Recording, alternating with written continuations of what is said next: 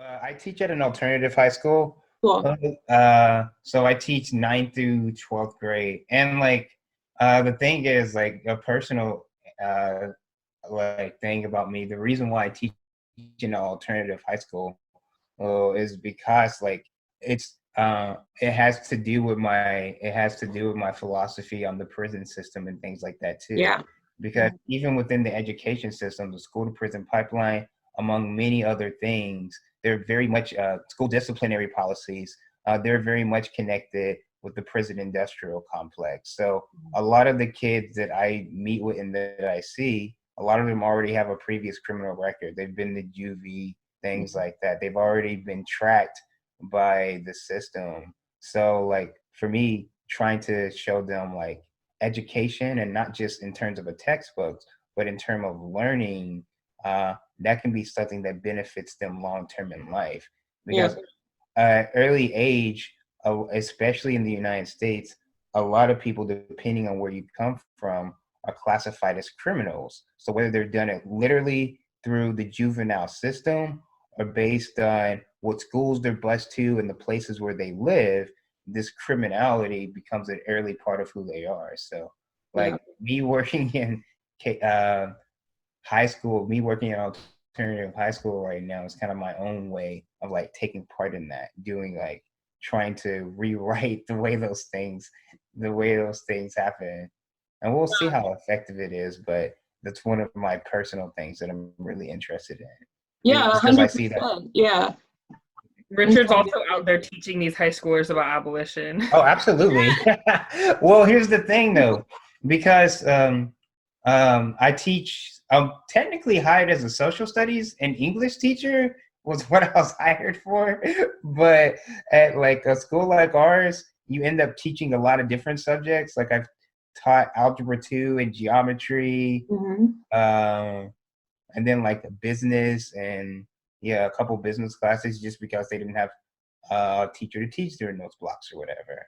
But um,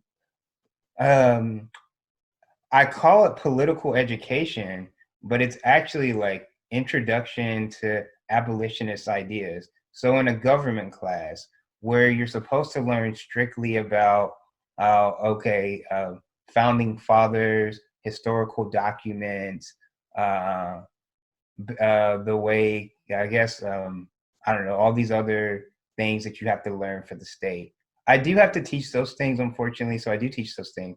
But at the same time, I bring in other ideas too. Like we talk about, okay, this is the way the system works. So then we have debates and discussions about, oh, this is what the system purports, and this is what the system says it does. But then how does it actually impact you? Right. What's really going on with our government, with our systems? What is the impact of these legislations? What did it really do? We have way more discussions. Like I don't know if I really should do that, but all my classes are way more discussion based than your typical high school class. Because as you can tell, I really like to talk and I really like to talk about these things. So like I let kids come at me with a lot of questions and we have long discussions about it. And like my personal goal is to say that abolition is for everyone, no matter your age or where you're from. Just like most people think capitalism is for everyone. People teach capitalist ideas and they teach the carceral mindset and all these things about our system to kids at an early age. So if you're going to start helping people relearn how to think about that, got to start at any age. And I give a lot of the kids a lot of credits because they're all really smart. They just haven't been told that they're smart. So then they don't achieve the way that they actually can achieve because they've been told that they're these type of people without having a real sense of self. So I think through like teaching abolition and teaching all sorts of like stuff I think they're actually interested in, it's my way of helping them to try to find themselves, and hopefully that helps them out some way. Well, in a lot of ways too, like teaching about the way that our government and capitalism actually work is teaching people like what rights they have, you know. True. And oh, while you were saying that, it kind of like had me thinking too about how, Mhm. you know, there are all these different structural roles, like a teacher, like a doctor, Yeah. you know, that you can take on and also step in place of these systems, like Exactly. Yeah. prison pipeline, stuff like that. Like the way I explain abolition to my mom, who actually is a major supporter of like the work we do now, Hell yeah. is that the way to talk about abolition isn't always just about saying ending the prison system as a whole, letting everybody out of prison. Of course, we want to do those things. Why not? Of course, but the way to start engaging certain people is to meet them where they're at with the topic. So let's say somebody's interested in like drug reform, or somebody's interested in education policies, things like that. Well, abolition is a solution for all those things, because capitalism plus the combination of the carceral state, it's created an entire system where any mechanisms that we have are ineffective in doing what we want those mechanisms to do. So the real simple way that I explained abolition to my mom, it's about not going to the cops first, not going to the government first, but first developing solutions to all of our problems from within communities. So whether that be through education, through rehabilitation programs, through whatever avenues we can use communal accountability as our main resource, rather than relying on an outside force to shape how we interact with each other. The problem with the way a lot of people think about the prison system is they see it as the only solution or the first solution. They don't think outside of that first. So if we can start getting people to think outside of carceral solutions, outside of prisons to address small needs, then we can think later about how to address some of those other issues. Larger issues, yeah.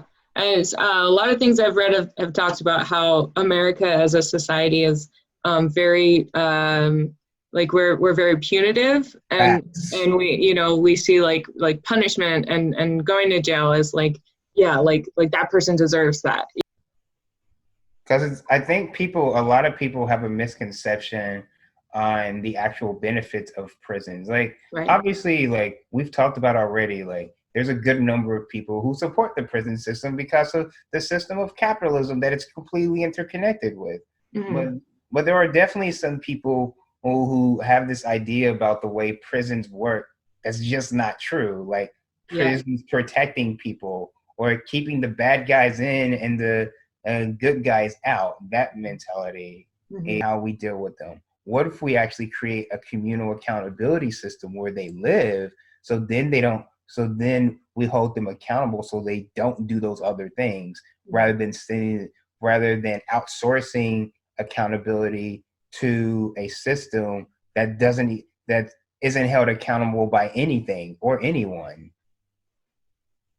And that also kind of makes me think about how obviously the way that our policing is not in the interest of protecting people, but then we could have a society where we do actually protect people, but not through violence, and yeah. The violence that's in our policing and everything is, I think, just creates violence in our communities. Whereas, like, when people have like Maslow's hierarchy of needs, it's a really different situation, So if we were protecting people's rights and their needs to things more so than that. So, I've been in support of prison abolition, but it is the kind of thing where I'm like, I don't know how to do it. I don't know how it works, But you guys have really like kind of helped me to understand more about like what incarceration means. And then, more about like how to go about changing the system that people are living in, so. Yeah, for sure. Yeah, I think it's also okay to like not know what our end game looks like. Yeah. Not know all of the steps to get there, and still know that like we want freedom for everyone, and like we know what we need to do in this moment to address people's immediate needs. But I feel like there will always just be trolls who are like, how are you going to have full abolition? It's like, we can imagine that, we can dream that, we need to be visioning it, but we don't need to have all the answers to know what we need to do. True. Like, the only thing we need to know for right now is that there is a ton of evidence that shows the current system doesn't work in any ways. It's getting people to understand that the solutions that we currently have, no matter whether it's about whatever it's about, aren't solutions at all. But there is a ton of evidence like that to support that. Like, right, the fact that prisons and even our policing system create more violence. There's a term called the brutalization effect that describes that, and sociologists and criminologists have documented that since, I want to say, like the 80s or 90s, the impact that a violent system has on creating more violence. Like, there's all sorts of ways of describing that stuff, but also just thinking about how to put it into simple terms that anybody can understand. Yeah.